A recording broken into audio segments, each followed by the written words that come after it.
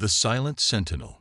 The blue-white glow of Helios 7's primary star cast harsh shadows across Commander Lyra Novak's face as she stared through the observation dome. The research outpost, humanity's farthest permanent settlement from Earth at nearly 70 light-years, hung in silent orbit around a gas giant that scientists believe might hold the key to a new form of sustainable fusion. Novak had served as security chief here for 3 years, a post considered little more than a ceremonial position on a scientific installation housing 47 researchers and their families. Until today. "Commander, you need to see this." Dr. Ellis Chen's voice broke through her thoughts. The chief astrophysicist's usually calm demeanor had given way to something Novak hadn't seen before. Fear. She followed Chen to the main observatory where a cluster of scientists huddled around holographic displays, their faces illuminated by data streams that scrolled too rapidly for Novak to interpret. "We detected them 30 minutes ago," Chen explained, manipulating the main display to show a region of space beyond the system's heliopause. "At first, we thought they were sensor ghosts or radiation artifacts." The display zoomed in on 7 objects moving in perfect formation. Their hulls, if they could be called that, seemed to absorb light rather than reflect it. Perfect geometric shapes that somehow disturbed the visual field around them. "They're not broadcasting any recognition signals," Operations Officer Quan added from her station. "No response to standard hails on any frequency." "Have you notified Earth Command?" Novak asked, her military training already calculating defensive options for a station never designed for combat. "We tried," Quan replied, her expression grim. "Something's blocking all subspace transmissions. We're completely cut off." Novak's mind raced through protocols and possibilities. The nearest military outpost was at Proxima Centauri, weeks away even for the fastest ships. "How long until they reach us?" Chen manipulated the display again. "At their current velocity, 18 hours. Novak nodded curtly. "I want every non-essential system powered down." "Quan, keep trying emergency channels." "Chen, I need everything you can tell me about these visitors." As the team dispersed to their tasks, Novak felt a chill that had nothing to do with the station's environmental controls. Humanity had encountered 3 other spacefaring species since achieving faster-than-light travel a century ago. All had been cautious but ultimately diplomatic first contacts. This felt different. Hours passed as Helios 7's small security detail, just 8 trained personnel, including Novak, prepared what defensive measures they could. The visitors had accelerated, cutting their arrival time to just under 12 hours. "Commander," Chen's voice echoed over the comm system. "I need you in Archive Room 3. Immediately." Novak found Chen standing before an old storage unit that hadn't been opened in decades. Its surface was emblazoned with faded Earth Alliance insignia from the early days of human expansion. "What am I looking at, Doctor?" "During our preparations, I was cataloging critical research when the station's AI flagged this unit." Chen entered a series of commands, and the case hissed open. "It predates the station's construction. According to the manifest, it was installed during the initial building phase 50 years ago. Inside lay a metallic sphere approximately 30 centimeters in diameter. Its surface was covered in intricate patterns that seemed to shift subtly under observation. "It's a beacon," Chen said, his voice hushed with both awe and fear. "But unlike any communication technology I've ever seen. The coding on the case identifies it as Protocol Omega, with security clearance levels I didn't know existed." Novak carefully lifted the sphere. Despite its size, it felt nearly weightless. "There's more," Chen continued, producing an old data crystal. "This was inside with instructions. It's meant to be activated only in the event of an extinction-level threat to human settlements." "And you think those ships qualify?" Novak asked, though she already knew the answer. "The data I've gathered on their energy signatures suggests weapons capabilities that could reduce this entire station to atoms in seconds," Chen replied grimly. "If they're hostile, We have no conventional defense. Novak studied the sphere. What happens if we activate it? According to the instructions, it sends a quantum-entangled signal that can't be blocked or traced. Beyond that, Chen shrugged. It doesn't say who might be listening. The station's alert system blared before Novak could respond. Quan's voice came through, tight with tension. Commander, they've accelerated again. New arrival estimate, 3 hours. And they've deployed smaller craft. Novak made her decision. Let's see who answers. The activation sequence required 3 senior staff members' biometric verification, a failsafe that spoke volumes about the beacon's importance. As Novak pressed her palm to the final scanner, the sphere began to glow with an inner light.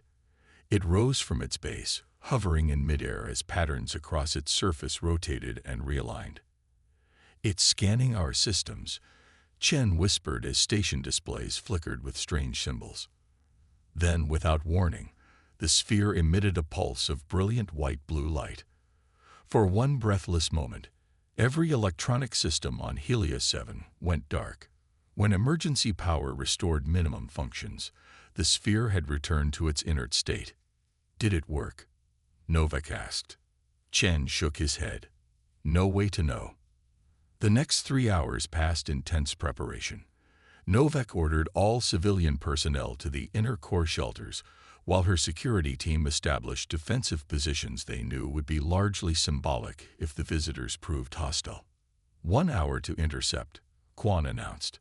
The smaller craft have taken up positions surrounding the station, main vessels holding at the system's edge. At the 40-minute mark, they made first contact. Every screen on the station simultaneously displayed the same image, a being that appeared almost humanoid, but with proportions just wrong enough to trigger an instinctive unease. Its skin was gray-white with a texture like polished stone, eyes solid black without pupils.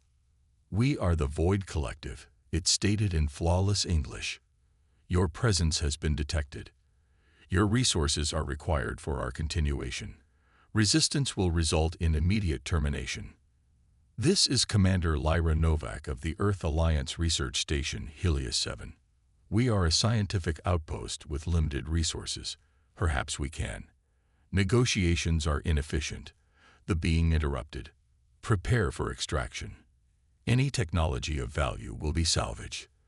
Biological specimens will be cataloged. The transmission cut off. Quan looked up from her console, face pale. They're deploying boarding craft, multiple approach vectors. Novak activated the station-wide comm. All security personnel to defensive positions. All civilians remain in shelter areas. This is not a drill. The first impacts came minutes later. Precision cuts through the station's outer hull. Novak's team managed to repel the initial boarders, humanoid drones that moved with mechanical precision, but it was clear they were merely testing defenses. They're probing for weaknesses, Novak told her team as they regrouped. The next wave will be more targeted. The second assault came with overwhelming force. The security team fell back from section to section, but the outcome was inevitable. As Novak and her remaining officers made their final stand outside the civilian shelters, she knew they had perhaps minutes left. Did we make a mistake? Chen asked beside her, looking at the now dormant beacon he'd insisted on bringing. Awakening something we don't understand. Novak checked her weapons charge, nearly depleted. I suppose we'll never know. The station shuddered as another section was breached. The drone forces would reach them in moments. And then, every alarm on the station activated simultaneously. Massive energy signatures detected. Quan shouted from her portable console. Multiple vessels dropping out of FTL directly in system. The feed from external cameras showed space itself seeming to fold as vessels emerged. Dozens, then hundreds of ships of clearly human design, but unlike anything in the current Earth fleet. They were massive angular leviathans, bearing ancient Earth Alliance markings, their hulls scarred with the marks of past battles. My God, Chen whispered. Those ships, they're from the founding era. But that's impossible. They'd be over 200 years old. The lead vessel dwarfed even the largest known human capital ships. As they watched, it opened fire on the nearest Void Collective vessel. The energy beam that lanced out was unlike any weapon Novak had ever seen, a focused stream of what appeared to be contained plasma that simply erased the enemy ship from existence. The station's communication suddenly crackled to life. Helios 7, this is Admiral Kane of the Earth Guardian Fleet. Protocol Omega acknowledged. Hold position. Reinforcements incoming. As Novak watched in stunned silence, smaller craft launched from the Earth vessels, heading directly for the station. The remaining drone forces attacking the station suddenly withdrew, returning to their carriers as the Void Collective ships attempted to regroup. "They're retreating," Quan said in disbelief as the alien vessels accelerated away from the system. The Guardian ships pursued without hesitation, weapons lancing out to cut down the fleeing vessels. Only the largest of the Void ships managed to escape, jumping to FTL with Earth vessels in close pursuit. The communication system activated again. Helios 7, prepare to receive boarding team. Medical assistance incoming. Novak looked at the dormant beacon, then back to the screens showing the massive fleet now surrounding the station protectively. "It appears," she said quietly, "that humanity has been keeping secrets, even from itself." Guardians of the Forgotten Oath.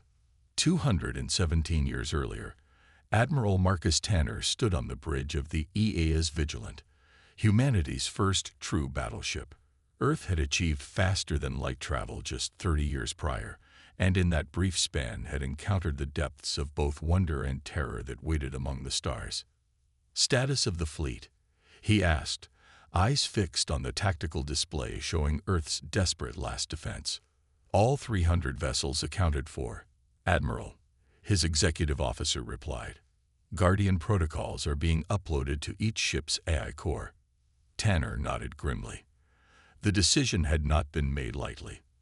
The threat they now faced, the entity that called itself the Void Collective, had already consumed 3 colony worlds. Conventional tactics had proven useless against an enemy that seemed to exist partially outside normal spacetime. And Project Sentinel. The research team confirms all 1,000 beacons have been manufactured. Distribution to strategic locations will commence once the Guardian fleet is secured. Tanner finally turned from the display to face the assembled command staff. These men and women represented Earth's finest, veterans of the Perseus conflict and the Orion border wars. They had already given everything for humanity's future, and now he was asking for more. "You all understand what today means," he said, his voice steady despite the weight of his words. "Once the Guardian protocol initializes, there's no turning back. We leave behind everything, and everyone. We know." No one spoke. They had all made their peace with the decision. "The temporal stasis fields will maintain our fleet and crews until a beacon is activated," Tanner continued. "According to the physicists, subjective time for us will be mere moments, though centuries may pass outside. If we're lucky, we'll never be needed at all." He stepped to the viewport, gazing at the assembled fleet, the largest ever constructed by human hands, carrying technologies still experimental and weapons of last resort. "The public will be told we were lost defending the Perseus arm. Earth's governments have agreed this deception is necessary.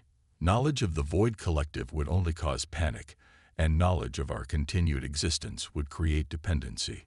Humanity must forge its own path forward," he concluded. "We will become the forgotten guardians, waiting in the dark between stars. But if the worst comes to pass, if the enemy returns, we will answer." Hours later, the fleet vanished from known space, jumping to coordinates that would be purged from all records.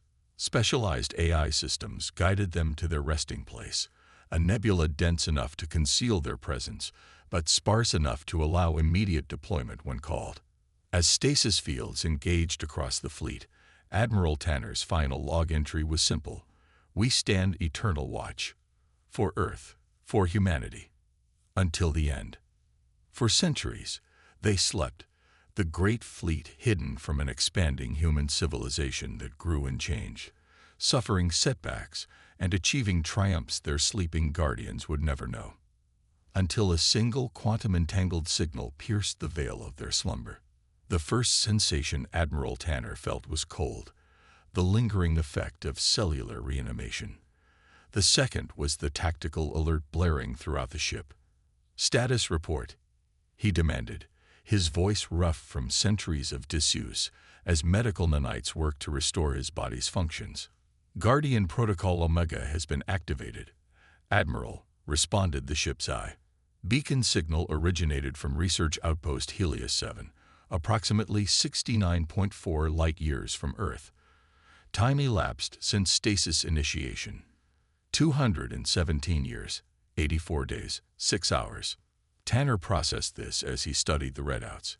His body felt strange, preserved but altered by the experimental stasis technology. The rest of the bridge crew were similarly awakening, disorientation giving way to training as they resumed their stations. "Analysis of the triggering signal," he asked. "Beacon authenticated as Protocol Omega class.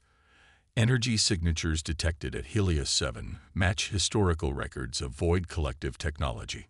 Confidence level, 98.7%. Tanner closed his eyes briefly. So it had returned after all these centuries.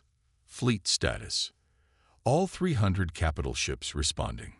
Crew revival at 92% and climbing. Weapons and defense systems fully operational. And what of Earth now? What has become of our civilization?" The AI displayed a summary of 2 centuries of human history. The expansion to hundreds of star systems, the development of new technologies, the social and political evolution of a species that had continued to reach outward. "They're not ready," Tanner murmured, studying the current state of Earth's defensive capabilities. Despite centuries of advancement, humanity still had nothing that could truly stand against the Void Collective. "Plot jump coordinates to Helios 7. Alert the fleet. We awaken to fulfill our oath." The journey took mere minutes for ships that could bend space in ways the builders of Helios 7 would consider impossible. As they approached, sensors confirmed the worst. Void Collective vessels had already surrounded the outpost. "They've evolved," noted Commander Reyes, Tanner's tactical officer. "These vessels show significant advancement over those we encountered."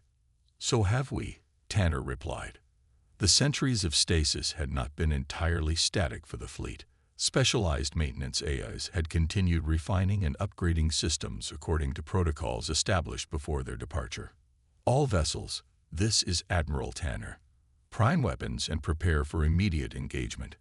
Priority is the protection of Helios 7 and all human life aboard. The oath remains unbroken." The Guardian fleet dropped out of FTL directly into the heart of the Void Formation, a maneuver that would have been considered suicidal in conventional naval doctrine. But the Guardians were anything but conventional. Advanced point defense systems neutralized the smaller attack craft before they could react. Focused plasma lances, weapons deemed too unstable for use by Earth's regular forces, carved through the larger vessels with terrible efficiency. "Establish communication with the station," Tanner ordered once the immediate threat had been contained.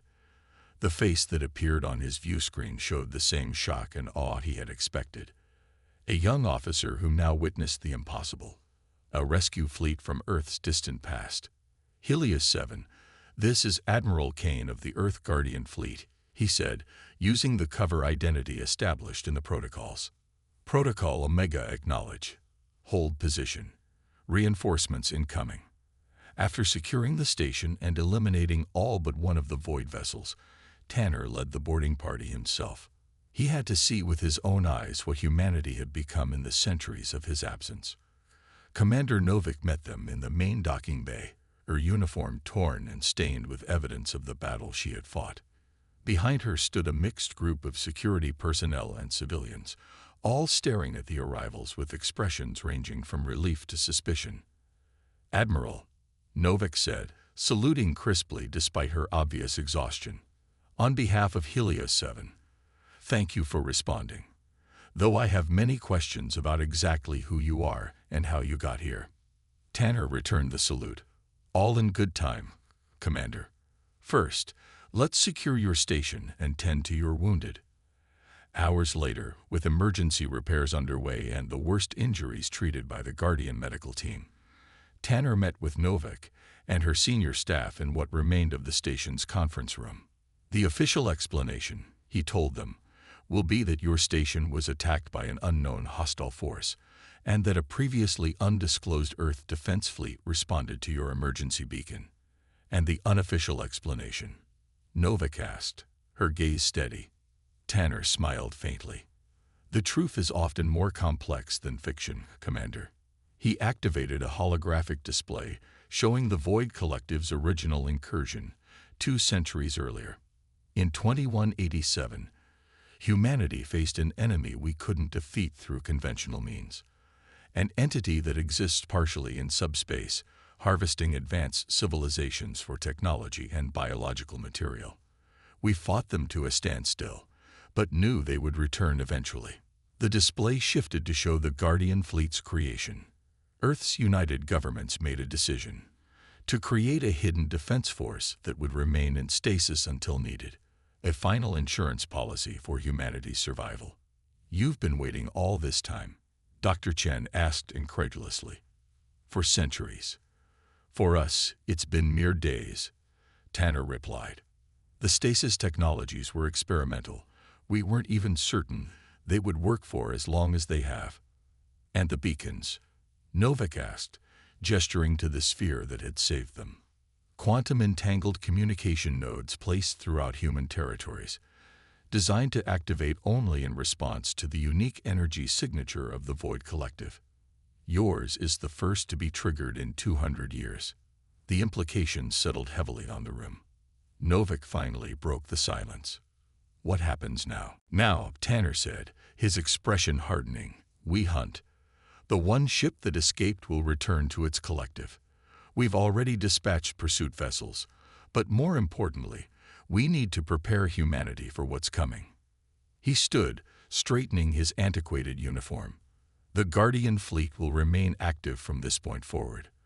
We'll coordinate with current Earth Command, bring our technologies into alignment, and prepare defensive measures throughout human space." "They're coming back, aren't they?" Chen asked quietly. "In force." Tanner nodded grimly. "They always do. But this time, humanity won't be fighting alone." He turned to Novak. "Your beacon didn't just summon us, Commander. It awakened humanity's forgotten sword and shield, forged in our darkest hour and hidden away until most desperately needed." As Tanner spoke, reports came in from across the quadrant. Guardian vessels establishing contact with Earth outposts, beginning the integration of ancient defensive technologies with modern systems. 2 centuries ago, Tanner concluded, we made an oath to stand eternal watch over humanity's future. Today, we fulfill that promise. Beyond the viewport, the Guardian fleet hung in formation. Vessels from humanity's past now become its present defense and future hope. The forgotten Guardians had returned, and the stars themselves would bear witness to the fulfillment of their ancient oath. The Void Collective would find that humanity had not been sleeping in their absence. It had been preparing.